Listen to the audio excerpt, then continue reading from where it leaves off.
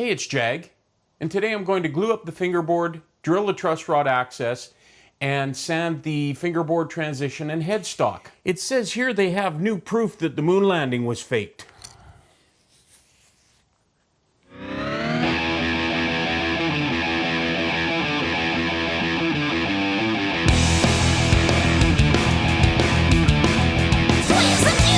Yeah. Okay, well, first thing I want to deal with today is the truss rod access and trimming the fingerboard. There are a couple of things about the way that I've done this that make it maybe a little bit trickier than it needed to be, but I knew when I did it that this was going to be a thing I would need to face. I could have glued the fingerboard to the blank before I cut and shaped it and everything. Then with the fingerboard blank glued on the neck blank, when I cut everything and trimmed it, it would fit flush and really nice all the way around. And I would just have to radius the fingerboard. There are a couple of reasons why I didn't do that. So I'll sort of try to explain that right now. The main thing was the truss rod access hole. I didn't want to put the truss rod in, glue the fingerboard blank on, and then drill the access hole after the fact. Again, because this is the first neck I'm making, I wasn't sure I could line that exactly right without actually seeing the channel. And the other thing is I didn't want to really drill in with that truss rod in there and risk maybe damaging the end of the truss rod. I know plenty of people do it that way, and if you're careful, you can do it fine, but I just was not too sure that was going to work the best for me on my first neck. So we'll see what happens on the next one. The other thing that's a little bit tricky is with this overhang here. If I trim down the fingerboard so it's just roughly cut to the edges of the neck blank and then router, that's going to work fine all the way for the sides here. But when I get down to the end, the very end, there's nothing to support the bearing once I get past the rounded edges of the heel here. And like I say, this was something I already thought about. What I'm going to do with that is trace on the outline of the neck on the sides here, take it off, carry those lines around to the front, and then I will rough cut this down to width on my bandsaw. Then I will double stick tape this back on, and I'm going to do something that I again learned from watching Fletcher Handcrafted. He did pretty much exactly what I'm describing, rough cutting, and then puts it back down with double stick tape and uses the router with a bearing bit to follow the side of the neck blank and trim the fingerboard. But what he did was he only trims down to just about a ½ inch or ¼ inch before he gets to the heel end. On this side, assuming that I'm running it into the table saw this way, I'll start up at the top and route down to just about the 21st fret. Then I will turn it over and trim here, and then I'll be nice and flush all the way up and down. He then took the neck off, moved it up, and double stick taped it down to the blank. Moved up an inch or so here and just made sure that this side was flush, and then used the bit just to trim off that end, and then did the same thing on the other side. I could have, I suppose, made this easier on myself by leaving my necks a little, my neck blanks a little longer, so that I didn't have this curve cut. Then glued the fingerboard on and then routed everything. But I would have had to then deal with this rounding here. Open sesame.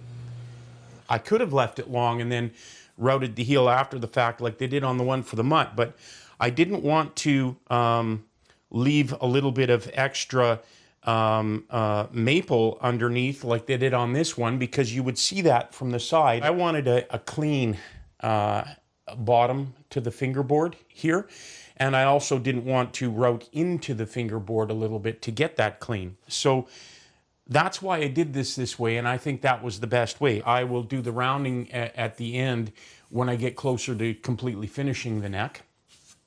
So that's my plan for the fingerboard. What I'm going to do first, though, is deal with the truss rod access. Now, if I had a thought about this ahead of time, I would have maybe routed the channel not full depth, but a little longer up here. But what I'm going to do is I'm going to use a chisel, and I'm going to chisel out, extend the top part of the channel just to past where the fingerboard is going to end. In other words, where this transition is going to be sanded in. So I'm going to chisel that out, not to the full depth of the end of the truss rod adjustment, which is about 1/4 of an inch, but maybe about halfway down. Once I have that in there, I will use this rat tail file, which is a little less than 1/4 of an inch, to round the bottom of the channel. Again, it's not going full same depth as the truss rod. It's only going deep enough for the access, the adjustment access. And then because this is not 1/4 of an inch round, it's a fair bit narrower. I can then use some sandpaper wrapped around it to sort of finalize that access and get it to the depth where the adjustment is accessible, but we don't have, you know, room for the whole truss rod to maybe slide out of the guitar. That wouldn't be a good thing. When I glue the fingerboard on, it should be it should look pretty good from the top, and the transition should sculpt for the access hole. Don't know the best way to say that. I'm going to need to figure out the best way to clamp that. I can probably use a flat clamping caul and it would be just fine. This is a radiused fingerboard, so I do have an idea for something that I'm going to do to make a clamping caul to clamp this fingerboard down. If I had time, I would make a clamping caul with a 9.5 inch radius that was long enough to cover the whole neck and then clamp that down. I don't have time for that right now. And my radiusing block obviously is not long enough to clamp the whole fingerboard. So I have an idea for a quick and dirty clamping caul that I'm going to make, and then we'll clamp this down. Once that's done, I'll set the neck aside for at least an hour to let that glue cure. And then once the glue is cured, I'll come back to this and I will sand the face of the headstock and this fingerboard transition here. Okay, so I'm set up over here at the bench. I've got the neck clamped down relatively solidly, and I'm ready to chisel out this little trough for the truss rod access. So I also extended my lines for that truss rod access up to the end of where I've cut here, and scored it with my X-Acto knife. And I'm going to just use my broadest chisel to just deepen this score line just a little bit, and then I will start paring that out with a 1/4 inch chisel.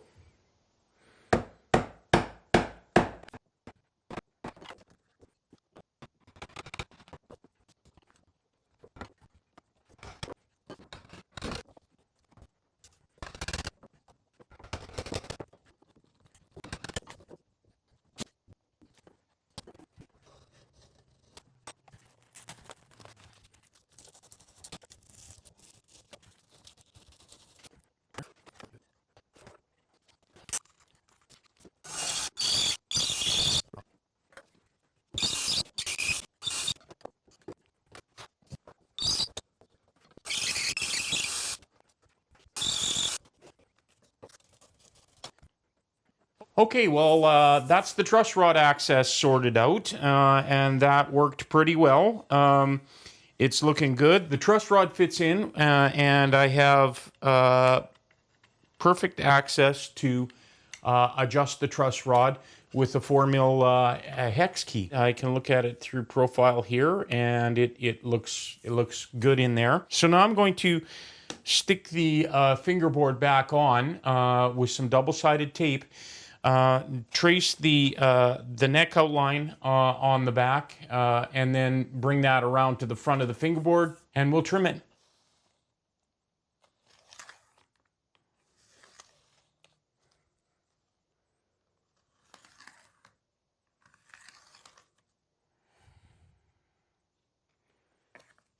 Okay, time to pull that off, set up the bandsaw, and we will do the rough cut here.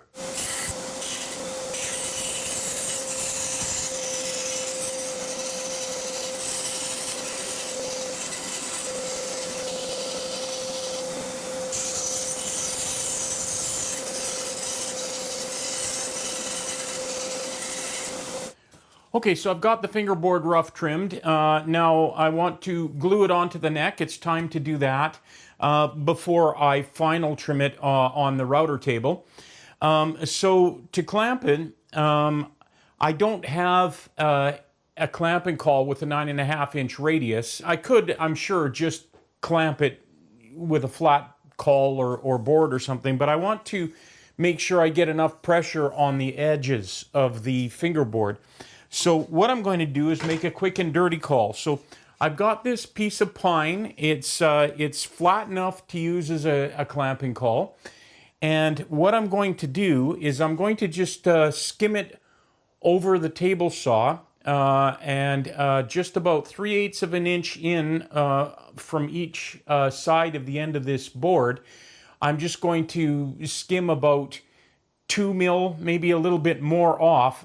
The idea being that when I clamp it, by the time it clamps down on the center of the board, these two edges that I will leave a little bit proud will clamp the outside a little tighter. So we'll see how that works. So I just need to take about 8 or 10 passes over the table saw, move it 1/8 of an inch in every time until I've scooped out the middle here.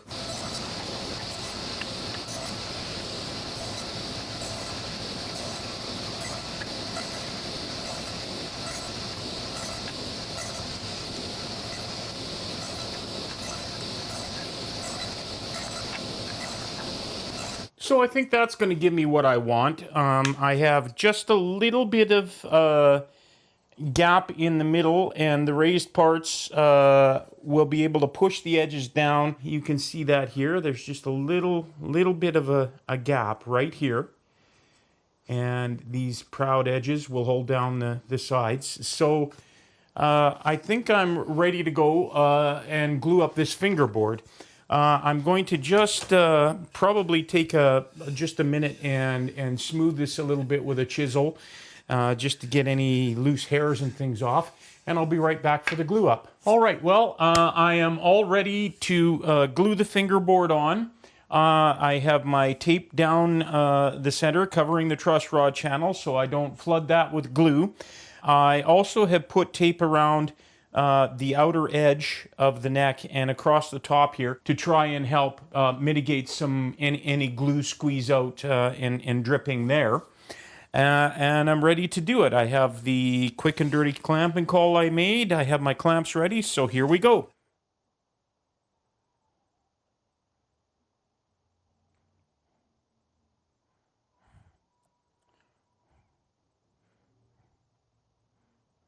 So this is type on 3, so I have a little bit of extra open time, but it's quite a warm day today, so I'm gonna try and get this done really quick.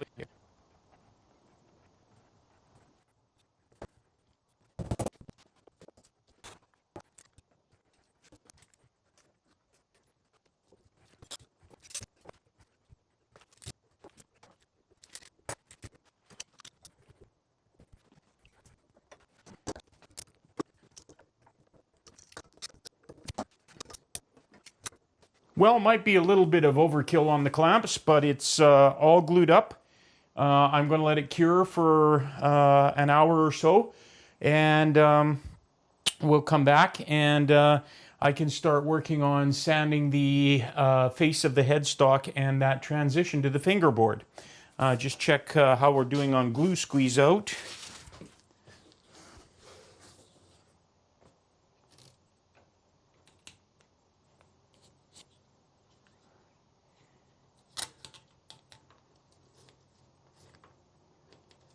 So in the middle of that, I heard my second camera, my B camera, shut down. So obviously the battery went out. I've started using one of my Acasos. I don't like the picture on them so much out here.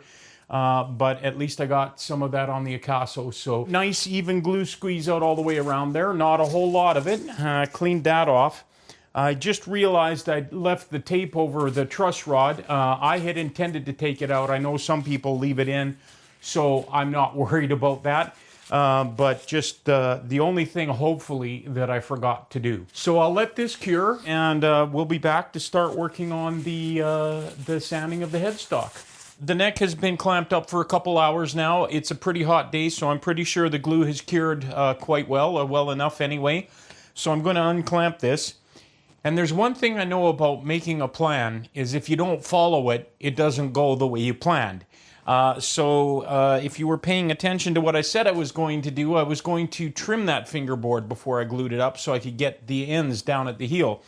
And I got all excited and I glued this up without trimming the board. So that's not a problem. I'll put it on the router table. I can clean the sides, and I have an idea what I can do down at the heel. Obviously, I could just sand it to trim the sides, but I have another idea I'm going to try. So I'll unclamp this and we'll have a look.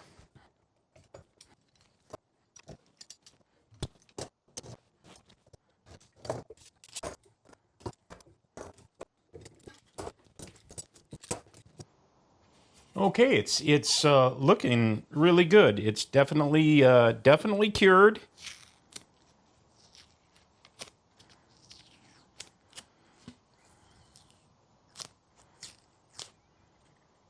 A little bit of the glue or a little bit of the tape got stuck under the glue, but no problem. I was able to just take that off. So now what I'm going to do is trim this off. And then we'll get to sanding the face of the headstock and doing this transition here.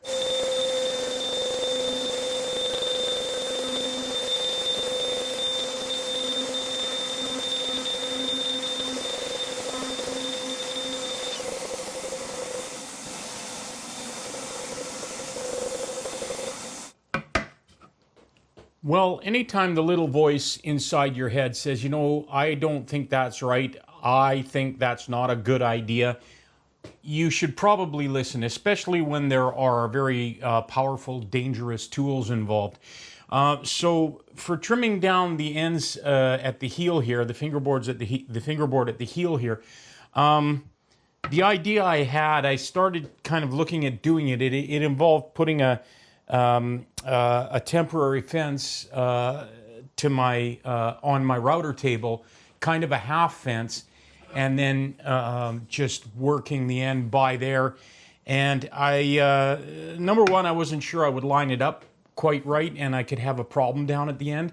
But even more than that, just the more I looked at it, the more I went, I'm not comfortable with that. So I abandoned that idea, and I'm going to just trim this on the belt sander here. The one side, the high side of the neck, is hardly proud at all, so that's just going to be just a quick touch up. The other side is maybe a 32nd of an inch, right there. You can see that. So I put this this green tape on so that I can see. I have a good line. So I know where I need to sand to. And up here, you can just see there's just the thinnest sliver starts right here and just goes up to the end. So I've just got those two little bits to sand down. And I'm also going to do the radius at the bottom of the heel here. And then I will show you what I'm going to do for the headstock end and the fingerboard transition. One other thing that I did here was, because I will be sanding, and this is pretty aggressive sandpaper, I took some of my low friction tape and ran about 4 or 5 inches on either side of the heel here. So hopefully that will kind of act to keep me from going, from sanding the heel thin. I don't think that's going to happen, but just want to make sure I don't have any more mistakes to fix up. So just going to get my my PPE on and fire things up. We'll do this sanding. That should go pretty quick, and then we'll get to the headstock end.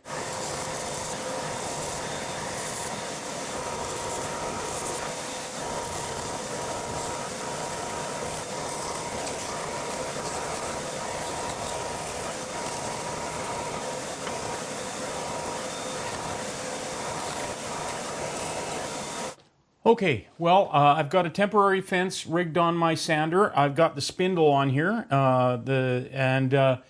I'm ready to do this fingerboard transition. This is also the same jig that I will use to sand the top. That repair that I did up at the top here, I bumped this and it came off again. The grain just goes so straight there. So I think I'm going to have to just adjust to that, and I think it's okay if I have the flat spot going up here instead of across here anyway. I'll deal with that a little bit later. Right now I want to do this transition and get the face of the headstock smooth. Overall, we're doing pretty good.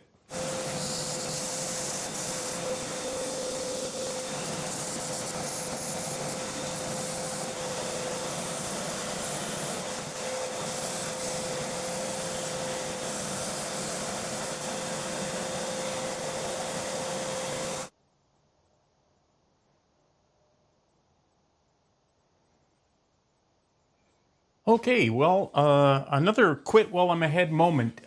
This turned out really, really well. Everything is, man, even that transition turned out well. So, yeah, sticking with quit while you're ahead, I am ahead, so I'm going to quit right now. This neck is well on its way.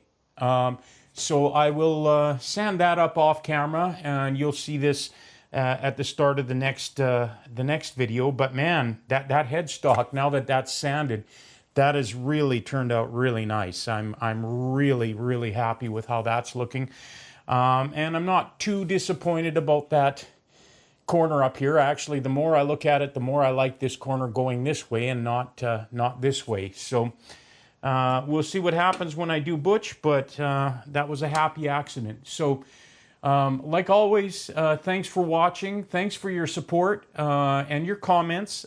Please like and subscribe, share the video, wake the neighbors and invite the kids. Like always, the links to my band One Soul Thrust are in the description below, so please check us out. And thanks for watching. Until the next video, we'll see you.